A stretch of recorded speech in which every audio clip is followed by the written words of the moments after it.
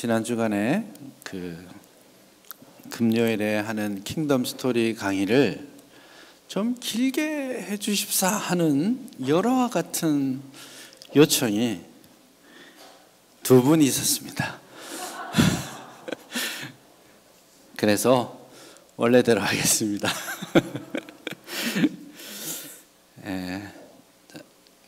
지금 창세기 1장, 2장, 3장 하고 있는데 여러분 이거 잘 아셔야 되는 게 성경 66권을 3년 만에 할 건데 1장, 2장, 3장을 3주 동안 하고 있잖아요. 이게 성경 전체의 모든 이야기를 규정하는 출발점, 굉장히 중요한 부분입니다. 그래서 이 부분을 잘 이해하는 것이 성경 전체를 이렇게 흐트러지지 않고 갈 수 있는 아주 중요한 토대입니다. 1장, 2장은 창조 이야기입니다. 하나님께서 천지를 만드시고 그리고 그 가운데 하나님의 형상대로 사람을 만드셨다. 그게 1장과 2장의 흐름이었다면, 그래서 그 하나님을 왕으로 모시고 그 작은 왕으로서 세상 가운데 하나님이 주신 사명을 감당하는 하나님의 형상, 그게 바로 우리의 사명인 거죠.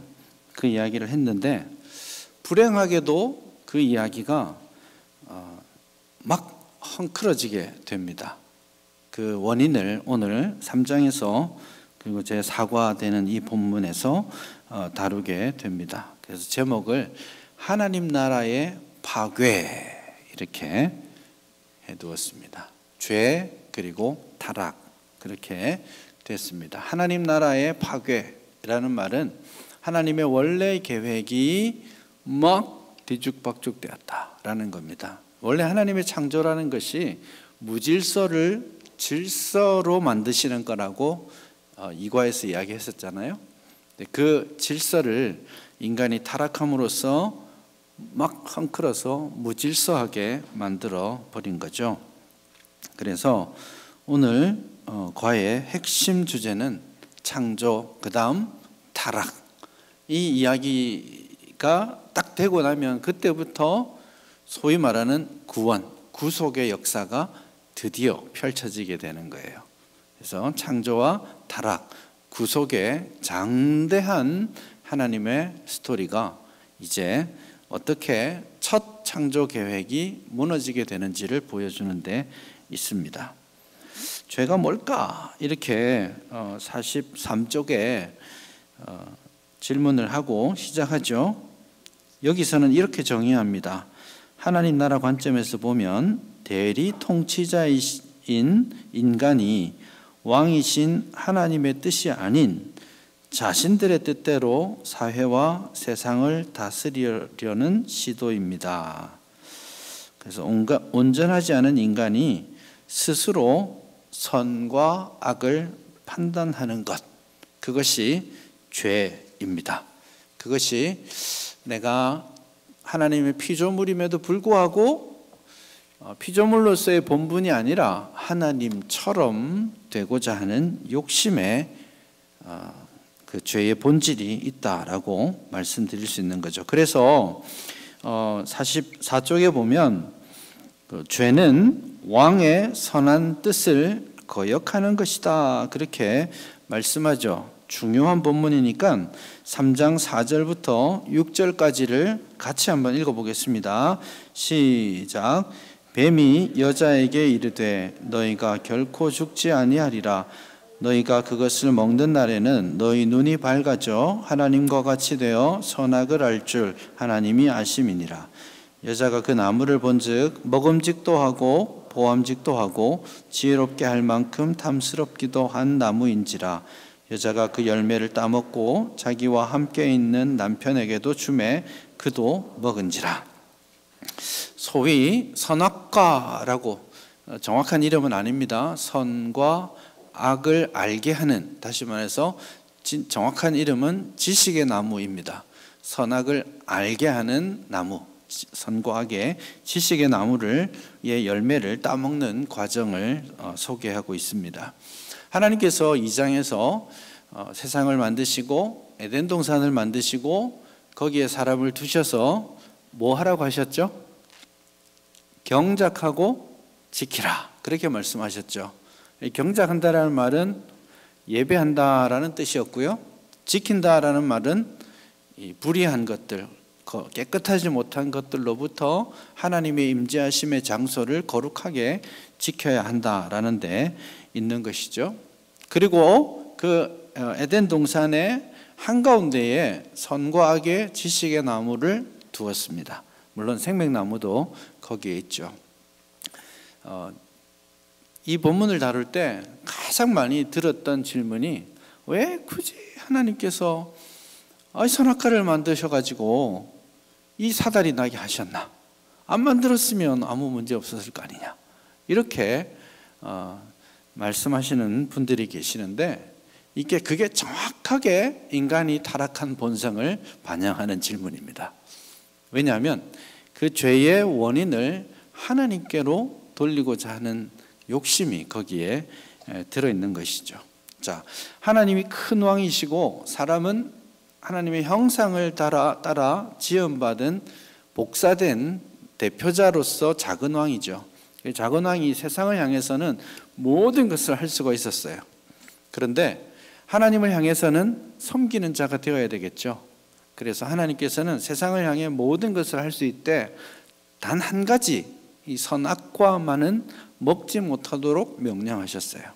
그래서 이 선악과를 먹지 않음으로써 사람은 언제나 무엇을 생각해내야 되느냐 하면, 내가 최고의 왕이 아니라 내가 하나님의 말씀에 순종해야 되는 존재라는 것을 항상 기억하는 거예요. 그게 인간의 본분인 거죠. 만약에 선악과가 없었다면 세상 가운데 인간이 할 수 없는 일이 하나도 없게 되죠. 그러니까 하나님과 별반 다르지 않게 되는, 존재론적인 게 아니라 실제적으로. 그래서 하나님이 선악과를 두시고 너는 내 명령을 따라야 해 라고 말씀하신 거죠. 그랬는데 오늘 본문에 보니까 물론 이제 3장 1절부터 뱀이 들어와서 막 이상한 이야기를 시작하죠. 뱀이 들어와 있다라는 것 자체가 이미 아담과 하와가 실패했다라는 뜻입니다.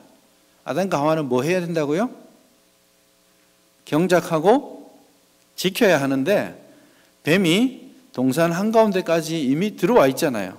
그래서 지키는 일에 대해서 이미 실패하고 있다라는 것을 우리가 알 수 있습니다. 그리고 뱀이 이 사람들에게 던진 질문들은 굉장히 교묘하게 의심을 불러일으키는 것인데, 무엇에 대한 의심이냐면 하나님의 성품에 대한 의심입니다.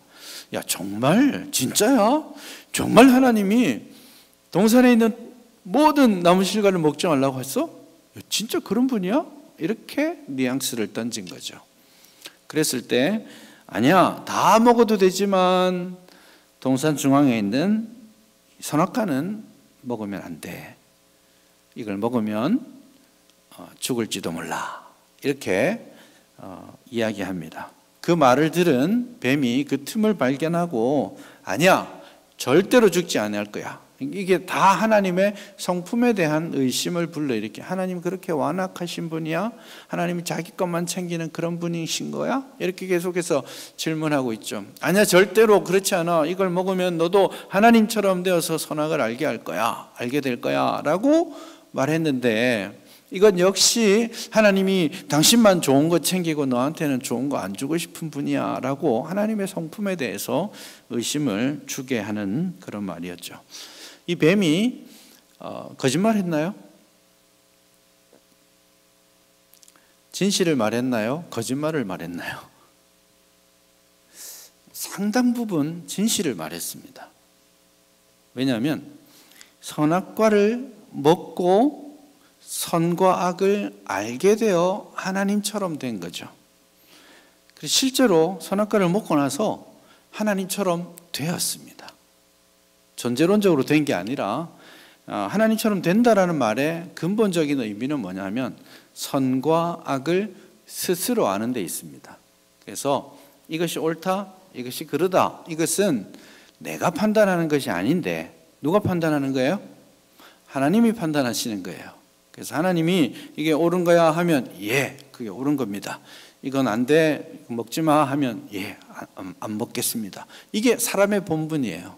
그런데 선악을 알게 하는 나무 열매를 딱 따먹는 그 행위를 통해서 내가 저거 먹어도 되는 거야, 내가 판단해서 내가 먹는 거야 라고 하는 거예요. 그래서 스스로 선과 악을 판단하기 시작하는 거예요. 그래서 하나님처럼 되는 겁니다. 그래서 3장 말미에 가서도 하나님께서 이 에덴 동산에서 이 사람들을 쫓아낼 때 그렇게 말씀하셨죠. 22절에 보라, 이 사람이 선악을 아는 일에 우리 중 하나같이 되었다라고 말씀하시죠. 그래서 이 본질은 선과 악을 스스로 판단하는 것. 1장에서는 좋다, 누가 말씀하세요? 빛이 있으라 하고는 하나님이 좋다. 사람을 만드시고는 이 모든 것들을 보시고는 이야 진짜 좋다, 하나님이 좋다를 판단하시죠. 사람이 2장 18절에 가면 사람이 혼자 있는 것이 좋지 못하구나, 하나님이 판단하세요. 그런데 3장에서 선악과를 딱 먹는 순간부터 벌거벗었던 것이 좋지 못하게 보여요. 2장 말미에 보면 하나님이 그렇게 두셨기 때문에 그게 좋았어요. 그런데 자기가 선악과를 먹고 타락함으로써 스스로 판단하는 거예요. 내 마음대로 판단하고 내 마음대로 행동하는 나의 나라를 세워가는 거죠.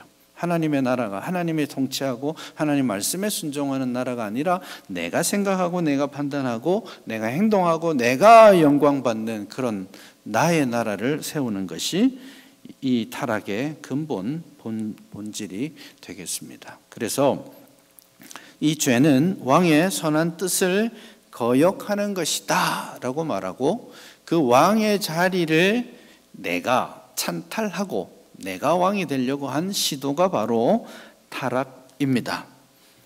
근데 이 타락에 본성이 있기 때문에 이 관계가 다 틀어지게 됩니다. 3장에서 앞에 7절까지 타락한 모습들을 이야기하고 나서 8절서부터 어떻게 이 타락이 인간이 만날 수 있는 모든 관계를 다 헝클어뜨리고 왜곡시켰는지를 뒤에서 이야기하는 거죠. 그래서 그 왜곡된 관계들이 이제 차근차근 나타나게 될 터인데, 한 가지만 여기서 지적해 보자면 질문 1-2에 보면 이렇게 질문하고 있어요. 하나님의 말씀과 상관없이 내 마음대로 판단하고 결정하고 싶은 때는 언제입니까? 요한 1서 2장 16절을 보면 유혹하는 예시가 나옵니다. 성경의 예시를 보고 나눠봅시다. 요한 1서 2장 16절에서는 인간의 모든 유혹, 타락, 죄악이 어떻게 오는지를 소개하는데 세 가지 형태로 나타납니다. 첫 번째는 육신의 정욕, 두 번째는 안목의 정욕, 세 번째는 이생의 자랑이라고 소개했죠. 그게 이 아담과 하와가 딱 그 동산의 선악과를 딱 보는 순간 어떤 생각이 들었습니까? 먹음직도 하고 보암직도 하고 지혜롭게 할 만큼 탐스럽다.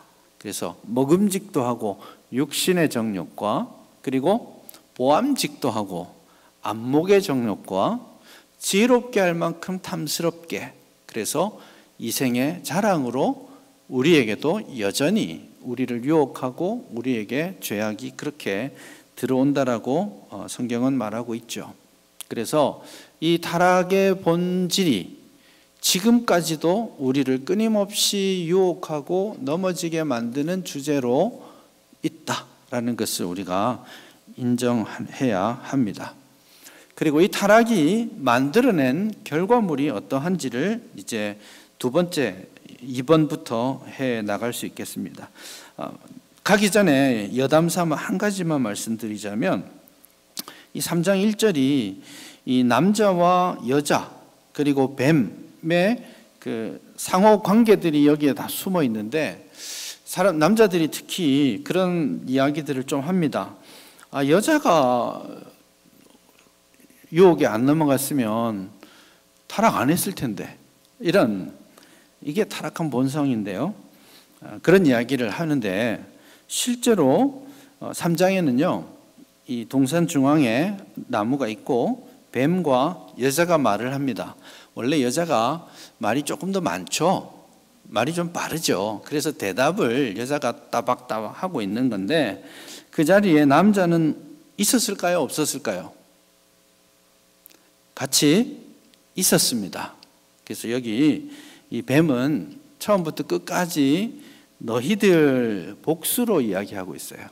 그럼 그 당시에 너희 복수는 누구밖에 더 있어요? 2명밖에 없잖아요. 아담과 하와가 그 자리에 함께 있었습니다. 그래서 아담이 제일 먼저, 하와가 있기 전부터 하나님으로부터 이 선악과에 관한 명령을 직접 받은 사람이 아담이었죠. 그렇기 때문에 사실은 그 집에 혹은 인류의 머리 된 아담이 올바른 머리됨의 역할을 3장에서 실행하지 못했습니다. 그렇기 때문에 여자 때문에 라고 말하는 것은 굉장히 크게 본문을 오해하는 겁니다. 그 여자 때문에 라는 말을 사실은 아담이 제일 먼저 합니다. 자, 왜곡된 관계를 세 가지로 이야기합니다. 그래, 타락을 인간의 죄로 파괴된 하나님 나라인데 이 파괴된 하나님의 나라의 본질은 관계의 왜곡에 있습니다. 어떤 관계의 왜곡이냐? 첫 번째는 하나님과 사람, 두 번째는 사람과 사람, 세 번째는 사람과 세상. 이 관계가 다 틀어지게 됩니다. 하나님과 사람의 관계는 어떻게 틀어지나요? 당장 하나님이 이 동산 중앙에 싹 거닐려고 오셨을 때 사람들이 어떻게 해요? 하나님을 두려워해서 피하죠.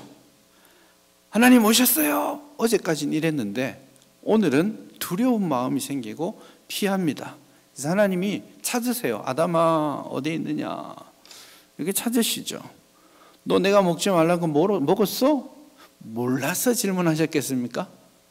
인정하고 나와 이 녀석아, 이런 뜻인데, 그때 아담이 하나님께 처음 했던 말이 3장 12절입니다. 12절 보시면 이렇게 말해요. 아담이 이르되 하나님이 주셔서 나와 함께 있게 하신 여자 그가 그 나무 열매를 내게 주므로 내가 먹었나이다. 너 이 녀석 뭐 먹었지? 이렇게 하나님이 말씀하셨어요. 그랬을 때 사실 정상적으로 하면 네 죄송해요 하나님, 먹지 말라 하신 거 제가 먹었어요, 이렇게 하는 게 정상인데 어떻게 이야기하고 있냐면 하나님이 내게 주신 여자 그가 주어서 먹었습니다, 이렇게 핑계를 하죠. 누구를 욕합니까? 누구 핑계를 댔어요? 예?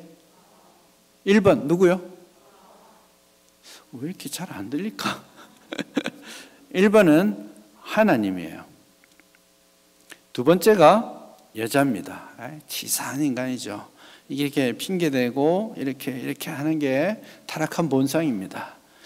그래서 제일 먼저 아니 당신이 주신 저 여자 때문에 내가 그랬어요, 이렇게 함으로써 한 방에 두 여자와 하나님을 다 비난하는, 책임을 전가하는 그런 거죠. 이 본성이 우리 안에 있습니다. 그래서 사도 바울이 우리가 하나님이 타락한 본성 때문에 내가 잘못했을 때 회개해야 되는 순간에 변명하고 남이 잘못했을 때는 용서해야 되는 순간에 비난하고, 이게 거꾸로 된 거예요. 지금 회개해야 될 순간에 책임을 전가하고 비난하죠. 너 왜 그랬어? 라고 하나님 질문하셨을 때 아니 하나님 당신이 안 주셨으면 내가 저 여자도 안 만났을 테고 저 여자 아니었으면 내가 먹지도 않았을 텐데 내 잘못은 없어요 라고 이야기하는 거죠. 이 타락했다라는 증거입니다. 그래서 하나님이 여자에게 물으세요. 너 왜 그랬어? 그러니까 뱀 때문에요, 이렇게 딱, 그 남편의 그 아내죠. 뱀 때문에 그랬습니다, 이렇게 또 책임을 전가하죠. 이 타락한 본성입니다. 그래서 하나님과 아담 사이에 관계가 틀어져 버렸죠. 숨기 시작하고 하나님을 비난하고 책임을 전가하기 시작합니다. 그래서 왜 하나님이 선악과를 만드셔서 인간이 타락하게 하셨냐? 라는 질문이 정확하게 타락한 본성을 반영한다고 말한 이유입니다. 그래서 먼저 하나님과의 관계가 틀어지고 나니까 사람과 사람과의 관계가 틀어집니다. 여러분, 성경에서 그리고 세상에서 처음 나온 시 첫 번째 노래가 뭐냐면 남자가 여자한테 불러준 노래입니다. 젖은 손이 애처로워 이런 노래를 손을 싹 잡아주면서 불러주었던 남편, 그게 시로 나와 있죠. 너는 내 살 중에 살이요 뼈 중에 뼈, 이게 노래거든요. 노래를 부른 거예요. 여자를 보고 뿅 가가지고 막 노래를 불러주었던 그 목소리를 가지고 너 때문이야 라고 하게 된 것이죠. 그래서 사람과 사람 하나님이 주셨을 때, 야, 넌 또 다른 나야. 하나님이 나에게 돕는 배필로 주셨어 라고 돕는 자가 되었던 두 사람이 이제는 으르렁거리면서 싸우게 되는 겁니다. 그래서 남자와 여자의 사람과 사람 간의 전쟁이 타락으로 말미암아서 오게 되는 것이죠. 여자 때문입니다 라고 이야기하죠. 여자는 어떨까요? 3장 16절에 보면 그런 말이 나옵니다. 여자에게 하나님이 고통을 크게 더하시고 수고하고 자식을 낳을 것이고 너는 남편을 원하고 남편은 너를 다스릴 것이다. 이게 수평적 헬퍼, 돕는 자의 모습이 아니라 서로 다스리는 그런 왜곡된 인간관계가 거기에 나와 있습니다. 너는 남편을 원한다라고 했는데 이 원한다는 말은 뭘까요? 된장찌개 끓여놓고 빨리 들어와요, 이런 원함일까요? 그렇지 않습니다. 여기서 원한다라는 말은 성경에 세 번밖에 안 나오는 말인데요. 이게 원한다라는 말이 4장 7절에 그대로 나옵니다.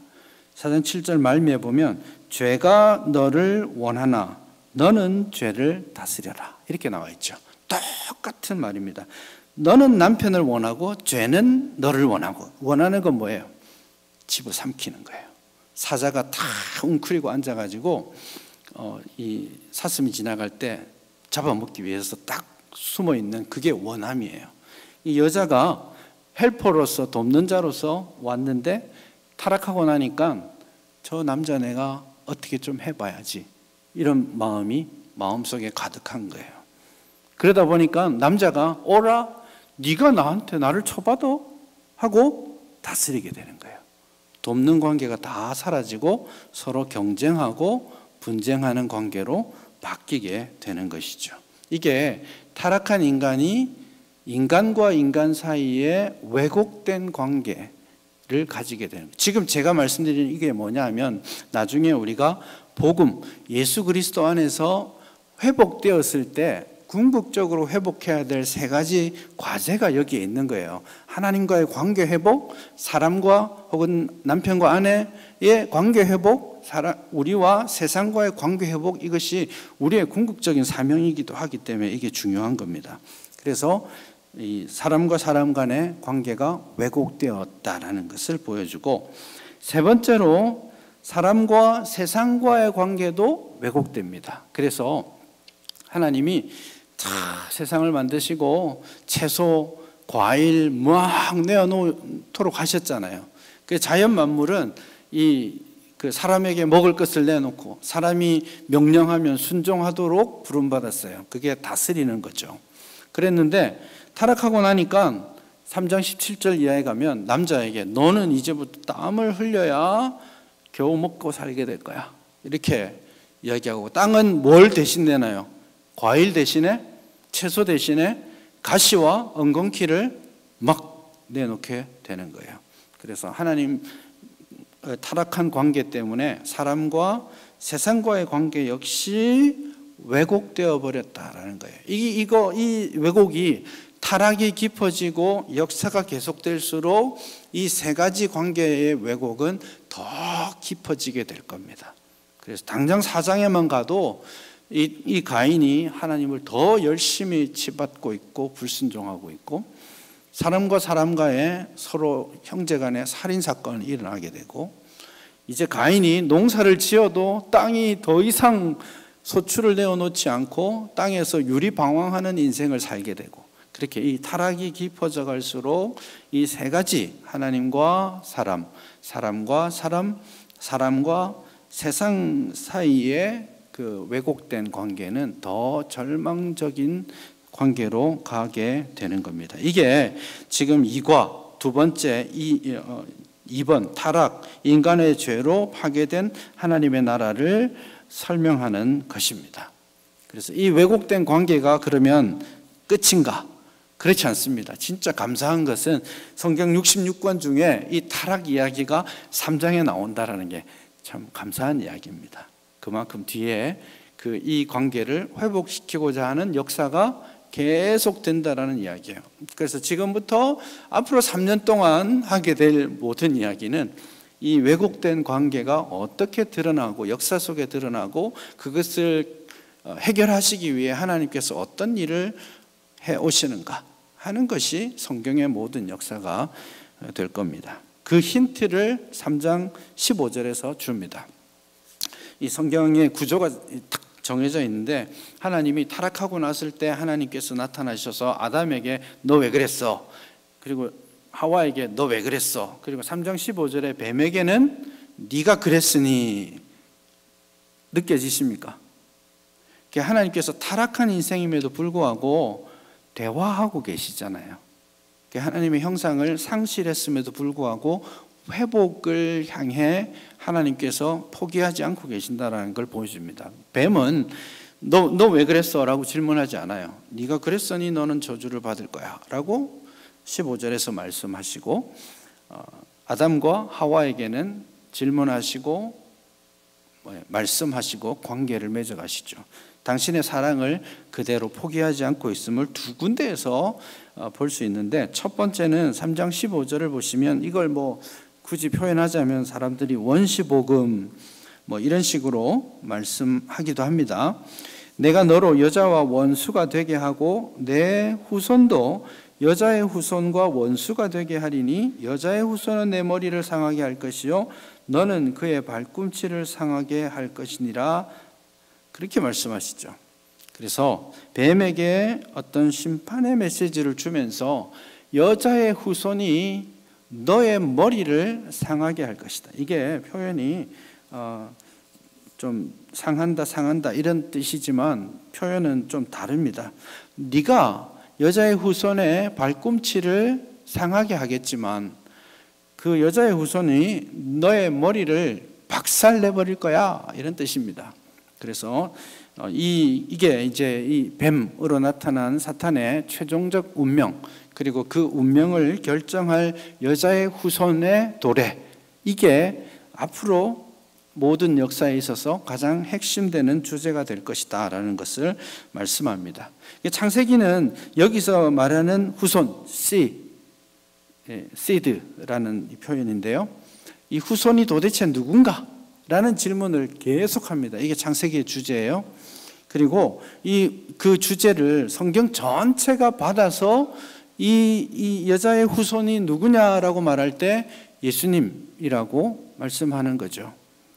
그래서 로마서 16장 20절 같은 데 가서 보시면 그런 노래도 있죠. 평강의 주님 사탄을 속히 멸하시고 어쩌고저쩌고 이런 노래가 있는데, 사탄을 너의 발 아래에서 상하게 하시리라, 그렇게 말씀하시죠. 그래서 예수님께서 십자가에 돌아가신 것이 이 뱀이 예수님의 발꿈치를 무는 행위라고 표현했다면, 예수님께서 부활하시고 죽음을 이기심으로써 사탄의 모든 권세를 박살내버리는, 다시는 꿈틀거리지도 못할 정도로 박살내버리는 하나님의 구원이 예수님의 십자가에서 완성되었다라는 것을 말씀하죠. 그래서 3번에 최후 승자는 누구입니까? 라고 질문했는데, 여자의 후손이고 곧 여자의 후손으로 오실 예수 그리스도, 그분이 인간의 타락, 그리고 이 타락으로 말미암은 모든 뒤틀어진 왜곡과 무질서를 완전히 회복시키실 진짜 해답 있다라는 것을 말씀합니다. 그리고 3장 21절 하나만 더 말씀하고 마치도록 할 텐데요. 3장 21절에 보면 여호와 하나님이 아담과 그의 아내를 위하여 가죽옷을 지어 입히시니라 이렇게 표현하고 있습니다. 물론 이제 이거 가지고 오랫동안 가죽옷을 지어 입히셨으니 예수님이 짐승을 잡았겠네, 양일 거야, 그러니까 이것은 예수님의 보혈의 피를 상징해, 뭐 이렇게까지 주장하는 많은 설교와 강의들이 오랫동안 있어 왔지만 조금 약간은 좀 오버죠. 왜냐하면 가죽옷을 지어 입혔다라는 말 외에는 다른 거에 대한 어떤 암시도 존재하지 않죠.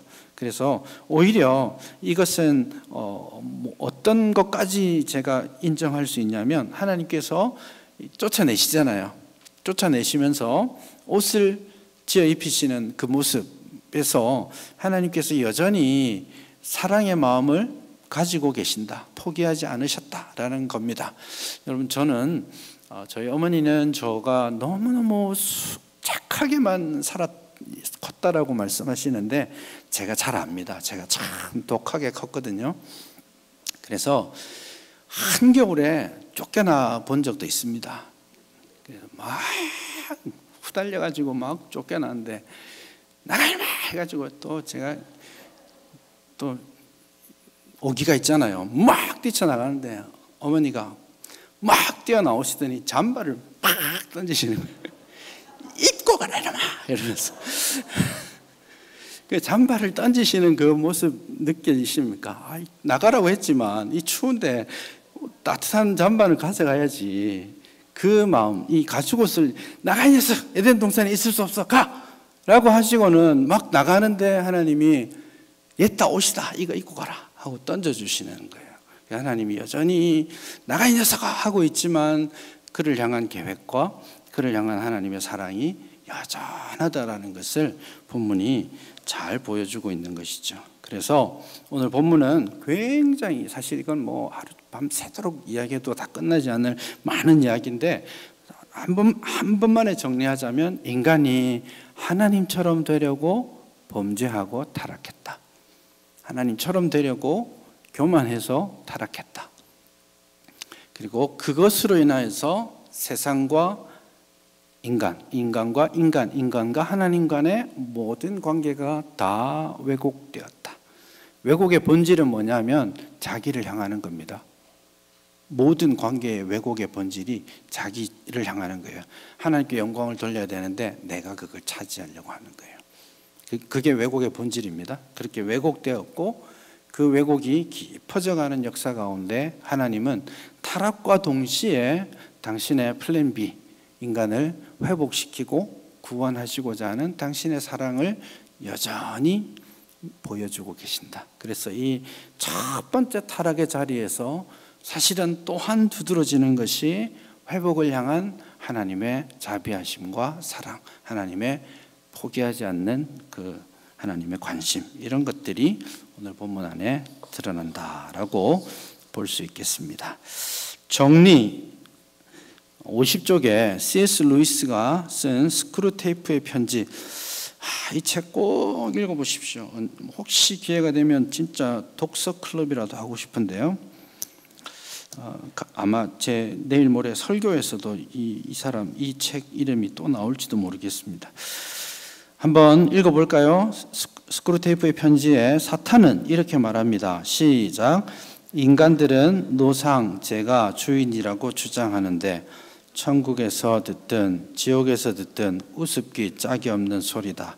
인간이 그런 우스운 소리를 계속 떠들게 하는 게 우리 일이야. 이 사탄이 인간이 자기가 네 인생의 주인은 너야, 너가 책임지고 너가 할 수 있는 거야, 너가 계획해, 너의 미래는 네가 준비하는 거야, 계속해서 자기가 자기 인생의 세상의 주인이라고 착각하게 만드는 것이 사탄의 주요한, 우리를 넘어뜨리는 주요한 전략이다라고 말하는 것이죠. 우리의 선과 악은 우리의 판단이 아니라 하나님의 말씀의 판단에 기초해야 하죠. 자, 이제 오늘 말씀을 마치고 또 이 제목을 가지고 먼저 한번 기도했으면 좋겠습니다.